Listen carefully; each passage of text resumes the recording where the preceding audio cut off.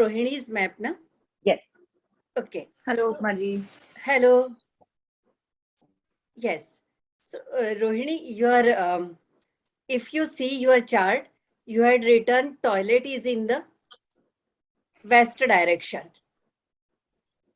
Okay, you had not marked, but I'm taking that way because there you had your entrance is in the northwest, so west will come in there. Then again, the washroom is written in the north. Storage that will come in between northeast. So there might be multiple level of issues, and if you see there is lack of clarity also, so something in the northeast also. And I think there is a gas stove, your kitchen might be coming some part in the northeast direction. It comes in east, exactly at east. Kitchen is coming exactly in the east. Yeah. Okay, so storage is coming in the northeast. Yes.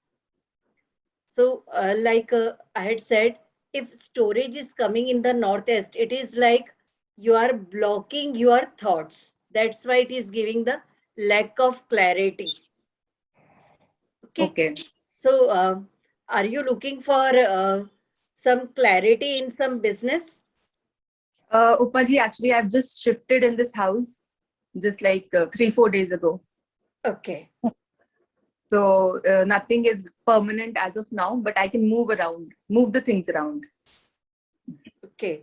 So if you can shift the storage in the west direction, that will be helpful. West, southwest, near your bedroom one, that will help you. Okay, got it. Okay. Okay. Take care. So I will suggest northeast is a direction which gives the clarity in the thoughts. So please keep northeast direction with very less furniture, or if you are able to keep it just clear without anything, that will be helpful even without your paintings. Northeast is the one direction which is just kept clean, neat and clean, that will give you lot of good things in your life, because if your thoughts will clear, you will get channelized messages direct from the universe. Northeast direction is the indication of activating your crown chakra, or you can say your third eye. So anyone who is looking for increase in their intuitive powers, please keep your northeast direction clear. Okay. Yeah. Thank you so Thank much, you. Upma ji. Thank you. Thank you.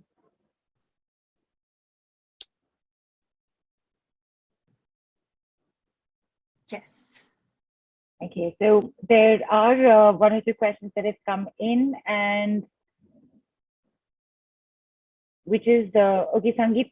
Somebody's asked, which school of Feng Shui are you following? And in fact, thank you for the question, Upmanji. Feng Shui, Vastu, might Okay. as well just So tell I'm not following any school of Feng Shui. Feng Shui is the Vastu of the Chinese. So I'm not following the Feng Shui. I know Feng Shui and the Flying Star Feng Shui also, but I don't follow that because we are enriched with our own heritage, with our own Vedas. So like the Vedas which I am following, that is written by the Vishwakarma, the Vastudev Vishwakarma. So all the all the residential Vastu are normally followed by the Vishwakarma rules. All the commercial properties are followed by Mai Matam. Mai Matam is the demon who is the father-in-law of Ravan, and he knows how to enrich anything. If you go in a mall, you will see lot of attractive things which fascinates us. So that kind of things, that is known as Maya.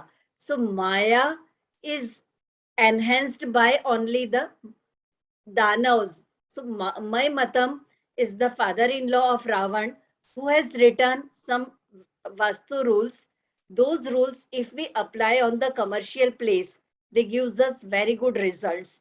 But the rules which are written by the Vishwakarma, they are very peaceful. They gives us actually what we are looking for, because home is a place where we look for love, relationship, opportunities, but in a proper way. So I follow Vishwakarma. Interesting. Thank you for that, Upmaji.